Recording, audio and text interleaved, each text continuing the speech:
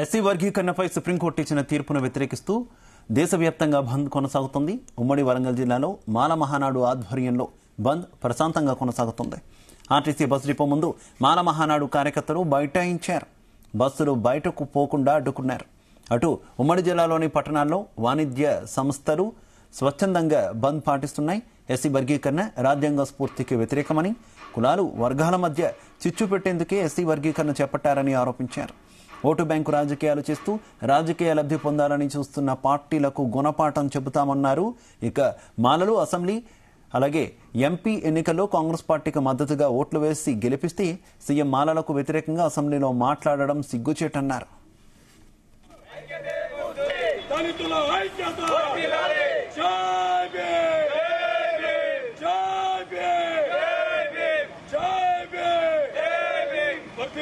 భారత రాజ్యాంగం భారత రాజ్యాంగం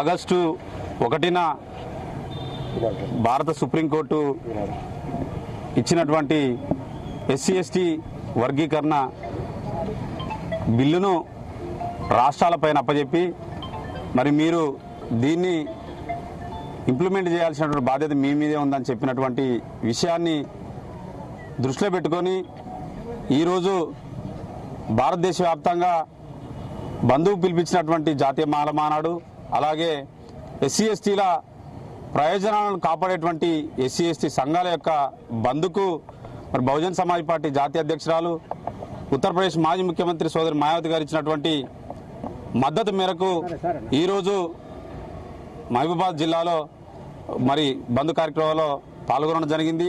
ఆగస్టు 1న భారత సుప్రీంకోర్టు ఇచ్చినటువంటి ఎస్సీ ఎస్టీ వర్గీకరణ బిల్లును రాష్ట్రాలపైన అప్పచెప్పి మరి మీరు దీన్ని ఇంప్లిమెంట్ చేయాల్సినటువంటి బాధ్యత మీ మీదే ఉందని చెప్పినటువంటి విషయాన్ని దృష్టిలో పెట్టుకొని ఈరోజు భారతదేశ వ్యాప్తంగా బంధువు పిలిపించినటువంటి జాతీయ మాల మహానాడు అలాగే ఎస్సీ ఎస్టీల ప్రయోజనాలను కాపాడేటువంటి ఎస్సీ ఎస్టీ సంఘాల యొక్క బంద్కు మరి బహుజన్ సమాజ్ పార్టీ జాతీయ అధ్యక్షురాలు ఉత్తరప్రదేశ్ మాజీ ముఖ్యమంత్రి సోదరి మాయావతి గారు ఇచ్చినటువంటి మద్దతు మేరకు ఈరోజు మహబూబాబాద్ జిల్లాలో మరి బంద్ కార్యక్రమంలో పాల్గొనడం జరిగింది. ఆగస్టు 1న భారత సుప్రీంకోర్టు ఇచ్చినటువంటి ఎస్సీ ఎస్టీ వర్గీకరణ